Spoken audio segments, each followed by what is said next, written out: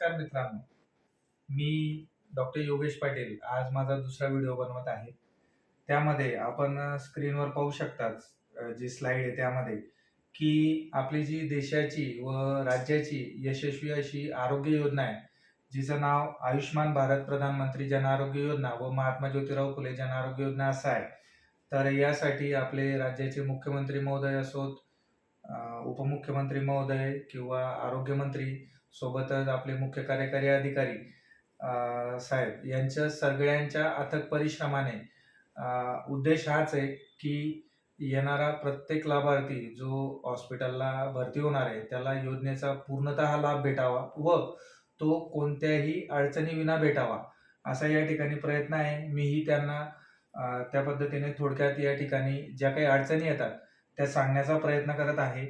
मागच्या व्हिडिओमध्ये आपण पाहिलं की ज्या आयुष्मान ॲप्लिकेशनमध्ये आपलं ड्राईव्हमध्ये नाव दिसत होतं, तर आपण आपली ई-के-वाय-सी कशी व सुलभ रित्या कशा पद्धतीने करायची, हे मी थोडक्यात सांगितलं. आता जो आजचा व्हिडिओ बनवण्याचा माझा उद्देश आहे, ज्यामध्ये आपण पाहू शकतात की नो बेनिफिशियरी फाउंड किंवा नो रेकॉर्ड फाउंड असा रिमार्क जर आयुष्मान कार्ड काढत असताना तुम्हाला दिसत असेल, तर आपण नेमकं काय करावं? तर मी डॉक्टर योगेश पाटील, विभाग प्रमुख, एकत्रित आयुष्मान भारत प्रधानमंत्री जन आरोग्य योजना व महात्मा ज्योतिराव फुले जन आरोग्य योजना. मी 14 वर्षापासून योजनेत कार्यरत आहे व जन आरोग्य योजनेचं मार्गदर्शक म्हणून या ठिकाणी छोटासा प्रयत्न करत आहे. तर आपला आजचा विषय जो आहे, आपण मूळ मुद्द्याकडे येऊयात. तर आजचा विषय हा आहे की आयुष्मान कार्ड काढताना नो बेनिफिशियरी फाउंड किंवा रेकॉर्ड नॉट फाउंड असं जर तुम्हाला ॲप्लिकेशनवर रिमार्क येत असेल, तर नेमके काय करावे? समस्या आहे. यामध्ये आपण पाहू शकतात की अशी समस्या आल्यानंतर आपण डोक्याला हात लावून बसतो, आपण घाबरतो. परंतु मी अनुभवातून एक सांगतो की प्रत्येक गोष्टीला पर्याय उपलब्ध आहे, प्रत्येक गोष्टीला उपाय उपलब्ध आहे. तर याच्यात संभाव्य कारणे काय असतात, हे अगोदर या ठिकाणी जाणून घेतलं पाहिजे. तर बऱ्याच जणांचा आम्हाला फोन येत असतो, त्याच्यात आम्हाला ते लोकं विचारत असतात. तर सर्वात महत्त्वाचं कारण हे होतं की सुरुवातीला 2011 साली जेव्हा सामाजिक, आर्थिक व जातनिहाय जनगणना झाली, त्या जनगणनेच्या डाटाबेसमध्ये ज्यांची नावं होती, त्यांची नावं सरळ आयुष्मानच्या ड्राईव्हमध्ये आली. परंतु लक्षात घ्या, आता तशी अट राहिलेली नाहीये. त्यामुळे तुमच्याकडं पांढरं रेशन कार्ड असो, केशरी रेशन कार्ड असो, पिवळं रेशन कार्ड असो किंवा अंत्योदया अन्नपूर्णा रेशन कार्ड धारक तुम्ही असोत, तुम्ही योजनेसाठी पात्र आहात हे लक्षात घ्यायचं आहे. किंवा काही कारणास्तव लोकांकडे रेशन कार्ड उपलब्ध सुद्धा नसतं. त्यासाठी थोडं शासनाने प्रावधान करून ठेवलेलं आहे. तर हा एक भाग. दुसरं अतिशय महत्त्वाचं कारण आहे की तुमचं रेशन कार्ड, आधार कार्ड आणि मोबाईल क्रमांक हा आपण लिंक केलेला नसतो. त्यामुळे ते लिंक न केल्यामुळे आपलं नाव आयुष्मानच्या ड्राईव्हमध्ये येत नाही. तर तुम्ही तुमचं रेशन, आधार आणि मोबाईल हे तिघं जर लिंक केले, तर तुमचं नाव आयुष्मानच्या ड्राईव्हमध्ये नक्की येईल. कोण पात्र आहे? तर आम्हाला दैनंदिन फोन येत असतात, "सर, आम्ही सरकारी कर्मचारी आहोत. आमच्याकडे तर पांढरं रेशन कार्ड आहे. आम्ही तर रेशन घेत नाही. तर आम्ही पात्र आहोत की नाही?" तर लक्षात घ्या, शासनाने अगदी याच्यात प्रावधान केलेलं आहे की तुमच्याकडे पांढरं असो, केशरी असो, पिवळं रेशन कार्ड असो किंवा अंत्योदय अन्नपूर्णा असो, आपण सगळे लोक या योजनेला पात्र आहात. त्यानंतर सोडवण्याच्या काही पायऱ्या आहेत, त्याविषयी आपण जाणून घेऊ. सोडवण्याच्या पायऱ्यांमध्ये आपण लक्षात घ्यायचं आहे की पीएमजेच्या पोर्टलवर आपण जेव्हा आपलं तपासणी करतो किंवा आयुष्मानच्या ॲप्लिकेशनमध्ये, तेव्हा आपण आपली माहिती फक्त आधार क्रमांकावर चेक करतो. तर आधार क्रमांकावर काही कारणास्तव दिसत नसेल, तर अशा परिस्थितीमध्ये तुम्ही रेशन कार्ड नंबर टाकून, जो डिजिटल रेशन कार्डवर 12 अंकी नंबर असतो, तो या ठिकाणी टाकायचा असतो. तो नंबर टाकूनही आपण आपली माहिती सर्च करू शकतात. जर आपल्याला ती आढळून आली, तर आपण आपली ई-के-वाय-सी करू शकतात. पुढे एक आहे की दुसरी जो उपाय आहे, तो हा आहे की आपण नजीकच्या अंगीकृत रुग्णालयात जायचं आहे. तिथं आमचं असं योजनेचं किऑस्क असतं, ज्याला तुम्ही रिसेप्शन म्हणू शकतात, मार्गदर्शक टेबल म्हणू शकतात, डेस्क म्हणू शकतात. तो त्या ठिकाणी उपलब्ध असतो व त्या ठिकाणी आमचे आरोग्य मित्र योजनेचे कार्यरत असतात. जे बऱ्याचशा हॉस्पिटलला पूर्ण वेळ असतात, म्हणजे 24/7 उपलब्ध असतात, किंवा काही ठिकाणी ऑफिशियल जे टायमिंग्स असतात त्यामध्ये ते उपलब्ध असतात. तर तुम्ही त्यांच्याकडे जायचंय, त्यांची मदत घेऊन आपली ई-के-वाय-सी करून घ्यायची आहे.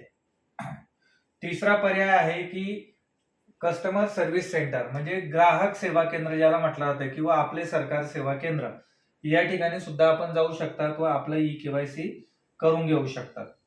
त्याच्या पुढचा एक पर्याय आहे जो मी थोडक्यात सांगितला, की बरेच लोक जे आहेत ते रेशन घेत नाहीत. केशरी रेशन कार्ड धारक किंवा पांढरे रेशन कार्ड धारक, त्यांचं ते रेशन घेत नसल्यामुळे त्यांची ई-के-वाय-सी झालेली नसते. तर तुम्ही रेशन दुकानावर जाऊन तुमचं रेशन कार्ड, आधार कार्ड व मोबाईल लिंक करून घेऊ शकतात. मात्र या ठिकाणी लक्षात घ्या, आमच्या अनुभवातून आम्हाला साधारणपणे असं आढळून आलंय की त्यांची नावं ही प्रक्रिया केल्यानंतर सुद्धा 45 दिवसात दिसायला लागतात. काही प्रसंगांमध्ये लवकरही दिसतात. तर मुख्य जबाबदाऱ्या काय असल्या पाहिजेत एक कुटुंबाच्या, की त्यांचं नाव आयुष्यमान ड्राईव्ह मध्ये दिसायला लागेल. तर याच्यात मी 2 परिस्थिती मुद्दाम सांगत असतो प्रत्येक ठिकाणी, की एक कुटुंब आहे ज्यामध्ये जो कुटुंब प्रमुख आहे तो सजग आहे, स्मार्ट आहे, जागरूक आहे. दुसरं एक कुटुंब आहे की त्यांच्याकडे आपत्कालीन परिस्थिती उद्भवल्यानंतर ते कसं करायचं, आयुष्यमान कार्ड कसं काढायचं, अशा परिस्थितीमध्ये, दुविधेमध्ये आढळून येतात. तर आपण थोडक्यात या परिस्थितीनुसार जाणून घेऊ. जागरूक कुटुंबामध्ये जो स्मार्ट व्यक्ती आहे तो काय करेल, की तो आयुष्यमान कार्ड अगोदरच काढून घेईल. तो वाट नाही पाहणार की माझ्या कुटुंबात काही आपत्कालीन परिस्थिती उद्भवेल, मग मी ऍडमिट होताना आयुष्यमान कार्ड लागेल त्यावेळेस ते पाहिलं जाईल. तर असं ते लोक करत नाही. म्हणून माझी विनंती राहील की जागरूक बना, पूर्वतयारी करा. सीएससी सेंटरवरून, रेशन दुकानदारावरून जर तुमचं नाव दिसत नाही आयुष्यमानच्या ड्राईव्ह मध्ये, तर ते कशा पद्धतीने दिसेल यासाठी प्रयत्न करून घ्यावा. म्हणजे आता कुटुंबात 1, 2, 3, 4, 5, 6 लोक आहेत. तर 6च्या 6 लोकांचं आयुष्यमान कार्ड कशा पद्धतीने निघेल याचा प्रयत्न जागरूक कुटुंब करत असतो. याच्यामध्ये जागरूक कुटुंब काय करेल, की तो सगळ्यात महत्वाचं, जे मी पर्याय सांगितले, मग ते अंगीकृत रुग्णालय असो, मग ते सीएससी सेंटर असो, रेशन दुकानदार असो, यांच्याकडे जातील व प्रत्येक सदस्याची ई-के-वाय-सी करून घेतील. याचा जो पहिला पर्याय मी सांगितला, की त्यामध्ये मी बोलताना ओघात बोलून गेलो, की अंगीकृत रुग्णालयामध्ये जाऊन पण ई-के-वाय-सी करून घ्यायची. तर कसं आहे, की अंगीकृत रुग्णालयातली ई-के-वाय-सी फक्त रुग्ण ज्यावेळेस भरती असतो त्यावेळेस केली जाते. त्याच्यासाठी विशेष ॲप्लिकेशन आहे, ते मी थोडक्यात पुढे सांगेन. या ठिकाणी लक्षात घ्या, की प्रत्येक सदस्याची ई-के-वाय-सी करताना त्यांचा अंगठा हा आवश्यक असतो. त्यामुळे कुटुंबातील प्रत्येक सदस्याने रेशन दुकानावर किंवा सीएससी सेंटरवर जाऊन अंगठा देऊन ई-के-वाय-सी करून घ्यायची आहे. जेणेकरून ते केल्यानंतर तुमचं नाव आयुष्यमानच्या ड्राईव्ह मध्ये या ठिकाणी दिसायला लागेल. परिस्थिती दुसरी जी मी तुम्हाला सांगितली, की आपत्कालीन परिस्थिती झाली तर अशा परिस्थितीमध्ये रुग्ण भरती होऊन जातो. कुटुंबाला जेव्हा ते आरोग्य मित्राच्या किऑस्कवर जातात, त्या ठिकाणी माहित होतं की तुमचं नाव तर आयुष्यमानच्या ड्राईव्ह मध्ये दिसत नाहीये. तर अशा परिस्थितीमध्ये संयम बाळगा, घाबरू नका. घाबरून गेल्यानंतर आपल्याला मार्ग सुचत नाही. आपले जे वडीलधारी मंडळी सांगतात. तर अजिबात घाबरून न जाता अगदी आमच्या आरोग्य मित्रांकडनं व्यवस्थित माहिती घ्या. तो काय करेल आरोग्य मित्र, तुमच्या कुटुंबात जेवढे लोक उपलब्ध आहेत त्यांचं आधार कार्ड तुमच्याकडून मागेल, तुमच्याकडनं रेशन कार्ड मागेल. रेशन कार्ड अशा स्वरूपातलं असेल तरी चालेल, किंवा ते डिजिटल स्वरूपातलं असेल तर ते अतिशय उत्तम. लक्षात घ्या, 6च्या 6 लोकांचं आधार कार्ड लागतं. त्यानंतर एक विशेष ॲप्लिकेशन आहे आरोग्य मित्रांना दिलेलं, ज्याला आपण पीव्हीटीजी ॲप्लिकेशन म्हणू शकतो. त्यामधून तो लाभार्थ्याचं नाव नोंदणी करून देतो, कुटुंबाची नव्हे, लाभार्थ्याची. परंतु लाभार्थ्याची करताना त्याला आधार कार्ड मात्र सर्वांचं लागतं. तर पीव्हीटीजी मधून ॲप्लिकेशन केल्यानंतर एक रेफरन्स नंबर भेटतो. त्या नंबरला साधारणपणे पुढील 24 तासात मंजुरी येते व तुमच्या लाभार्थ्याचं नाव आयुष्यमानच्या ड्राईव्ह मध्ये दिसायला लागतं.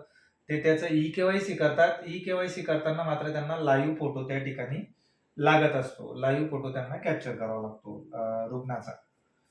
अडचणी काय आहेत नेमक्या आयुष्यमान ड्राईव्ह मध्ये नाव दिसत असताना किंवा दिसत नसताना आपल्याला ज्या अडचणी येतात त्या काय येतात, तर कुटुंबाकडे रेशन कार्ड असतं परंतु ते पूर्णतः फाटकं असतं, डिजिटल रेशन कार्ड नसतं, किंवा रेशन कार्डमध्ये त्या व्यक्तीचं जे नाव आहे व आधार कार्डवर जे नाव आहे ते वेगवेगळे असतात. जसं साधारणपणे आमच्याकडे पाटील हे आडनाव खूप जास्त वापरलं जातं, परंतु काही परिस्थितीमध्ये रुग्ण रेशन कार्डमध्ये पाटील नाव लावतो आणि आधार कार्डवर तो सूर्यवंशी लावतो. तर हे दोघं लोक व्यक्ती एक जरी असले तरी आडनावामुळे ते वेगवेगळे वाटतात.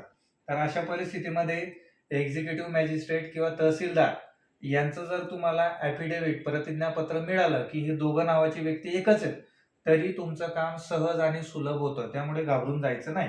ज्या लोकांकडे रेशन कार्ड नाहीये त्यांच्यासाठी सुद्धा शासनाने विशेष प्रावधान करून ठेवलेलं आहे. ज्या लोकांकडे आधार कार्ड नाहीये मात्र थोडं अडचणीचं होतं, आधार कार्ड हे कंपल्सरी लागतं. काही परिस्थितीमध्ये कुटुंबातील बऱ्याच व्यक्तींचे आधार कार्ड नावनोंदणीसाठी लागतात, परंतु ते त्यांच्या कुटुंबातील वैयक्तिक कलहामुळे उपलब्ध होत नसतात. जसं आता मी तुम्हाला दाखवलं 6 लोकांचं कुटुंब आहे, पण त्याच्यामध्ये आई वडिलांचं जमत नाही किंवा ते विभक्त राहतात किंवा कुटुंबातला जे एखादा व्यक्ती आहे तो विभक्त राहतो. अशा परिस्थितीमध्ये त्यांचं आधार कार्ड तुम्हाला नावनोंदणी करताना प्राप्त होत नाही. त्यामुळे तुमची अडचण वाढू शकते. तर प्रयत्न करा की आयुष्यमान कार्ड काढताना किंवा आपल्या ड्राईव्हमध्ये नाव दिसताना आपल्याकडे डिजिटल रेशन कार्ड असेल, ज्यामध्ये आपण पाहू शकतात की रेशन कार्ड नंबर डिजिटली दिसतोय, कुटुंबातल्या सर्व व्यक्तींची नावं दिसत आहेत, कुटुंबातल्या सर्व व्यक्तींचं आधार कार्ड तुम्हाला तुमच्या सोबत असेल, सॉफ्ट कॉपीमध्ये जरी असलं तरी चालतं. कुटुंबाची माहिती पूर्ण ठेवायची. तर निष्कर्षापर्यंत येऊयात. नो बेनिफिशियरी फाउंड किंवा नो रेकॉर्ड फाउंड जरी आयुष्यमानच्या कार्ड काढताना तुम्हाला येत असेल तर अजिबात घाबरू नका. मी सांगितलेल्या पद्धतीने योग्य प्रक्रिया करा व योजनेचा लाभ घ्या. तुम्हाला अशी सोपी व महत्त्वाची माहिती हवी असेल तर माझं जे यूट्यूब चॅनल आहे त्याला सबस्क्राईब करा, व्हिडिओला लाईक करा. तुम्हाला या योजनेविषयी अधिकची माहिती हवी असेल तर तुम्ही निश्चितच मला कमेंट करू शकतात किंवा माझा जो नंबर आहे यावर व्हॉट्सअप मेसेज करू शकतात किंवा कॉलही करू शकतात. माझा नंबर आहे 9407575999 9405759299. धन्यवाद.